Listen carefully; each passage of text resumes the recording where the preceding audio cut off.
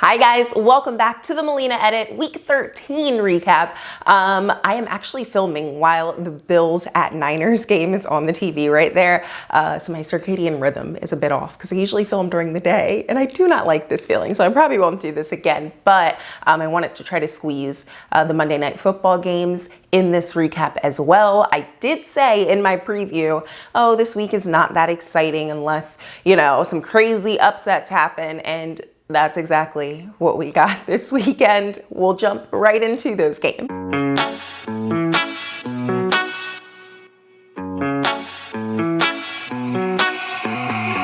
Starting things off with my favorite AFC matchup of the weekend, the Cleveland Browns at the Tennessee Titans.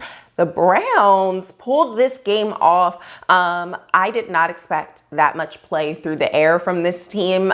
Baker had a really great day, so that was exciting. I think we were all kind of going into it thinking it's going to be a Nick Chubb and Kareem Hunt game, as it has been. And they kind of threw us all for a loop, and probably the Titans too. Scored on every possession of the first half. 38 points through the first half. It was just a great showing from them.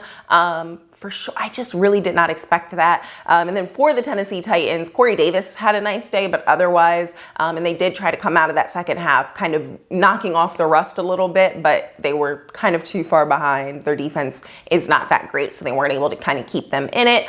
But overall, a good game. It's so weird, though. I still can't walk away from this game thinking I trust Cleveland down the stretch and that I'm not banking on the Titans being able to get it together, which I hate when I feel that way. After a solid win, I'm still kind of like, I still like the Titans better overall for the long term. But those are my thoughts on that one. It was a really fun game, though. I'm really glad that Cleveland was able to pull it off. Next up, one of those upset games, the New York Giants at the Seattle Seahawks.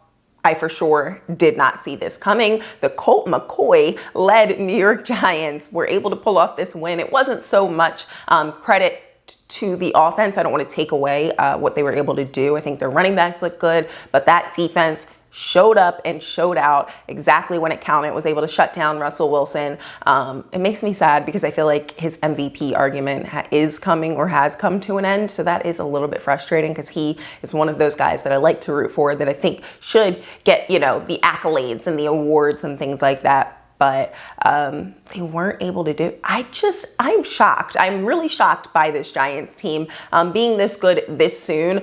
Clearly the NFC East has some competitors, and they're just not the competitors that we thought they would be. This is going to be all the NFC East talk today. We've got the Philadelphia Eagles at the Green Bay Packers. The main thing that I want to talk about here is all of the Jalen Hurts excitement. So when I was watching this game and he went in for I thought it was going to be a play. It ended up being a whole series, and I was like, oh, okay. Well, I liked that they kind of let him get a full series under his belt because he was able to kind of get a little bit warmed up out there, looked good through the mobility. Nice pass to Jalen Reagor, threw a nice touchdown pass. So I do think that we were able then to see, because then he was in for like 2 or 3 series following that. And it might have given a little bit of a spark. I didn't see enough to be able to make that blanket statement, but I'd like to see them give him a try and be able to have a full week of practice under his belt, knowing he's going into Sunday starting, and see what he's able to bring to the table, being treated fully like the starter for that week. Wentz is not who maybe I at least thought he was, and most of the nation a couple seasons ago before he got injured, when he was looking like an MVP type player. So I think it's time for Philadelphia. They're at that kind of crossroads moment where they need to make a decision, seeing what they have in the quarterback for the future there with their young draft pick. I'd like to see, again, just a full series or a full game and a full game week under his belt there. And Jalen Reagor with that punt return, just when I thought it was like sealed, he goes for the punt return, which he was popular for at TCU. So I'm excited. Now I'm a little bit less down on them. They do have a little bit happening there. I'm not sure how that's going to translate for the rest of the season or maybe even into next. In the final game, I want to talk about another NFC East matchup, another upset, the Washington football team at at the Pittsburgh Steelers. Y'all, I talked about this in my preview. I was like, I don't know why. I'm a little bit nervous for this one. This seems like the team that is going to knock off this undefeated Steelers team, especially just because I don't, for some reason, especially in today's NFL and how talented these players are, I just don't believe in teams having fully undefeated seasons. I feel like the one team I would have picked for that was KC. And once they lost to Las Vegas, I was like, oh, yeah. Undefeated seasons are just not a thing. So I was kind of waiting for it to happen with the Steelers. And this just seemed like that tricky, slippery slope spot for it to happen. And it did. Gut feeling came true there. I feel like a lot of the doubters for the Steelers were like, this is definitely not an undefeated team. And so this was like vindication for them, if you will. But Washington held their own in this game. The NFC East is a shock to me. I definitely did not expect the New York Giants and the Washington football team with new head coaches, in my opinion, what I thought were questionable or shaky rosters to start the season, to be the ones kind of pulling things off towards the end here. But that is the world of the NFL. That's why it's so exciting. That's why we watch it.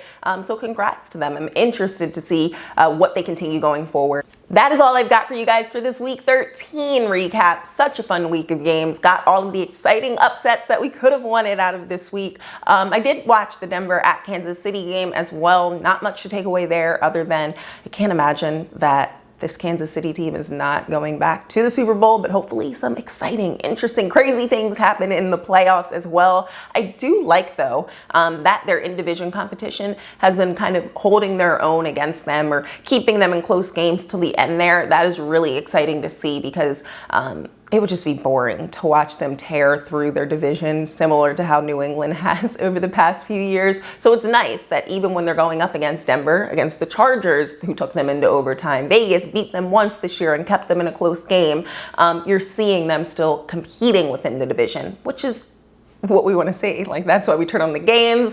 I will talk to you guys so soon in my preview for week 14, which I've already kind of looked ahead and I'm liking a lot of those matchups.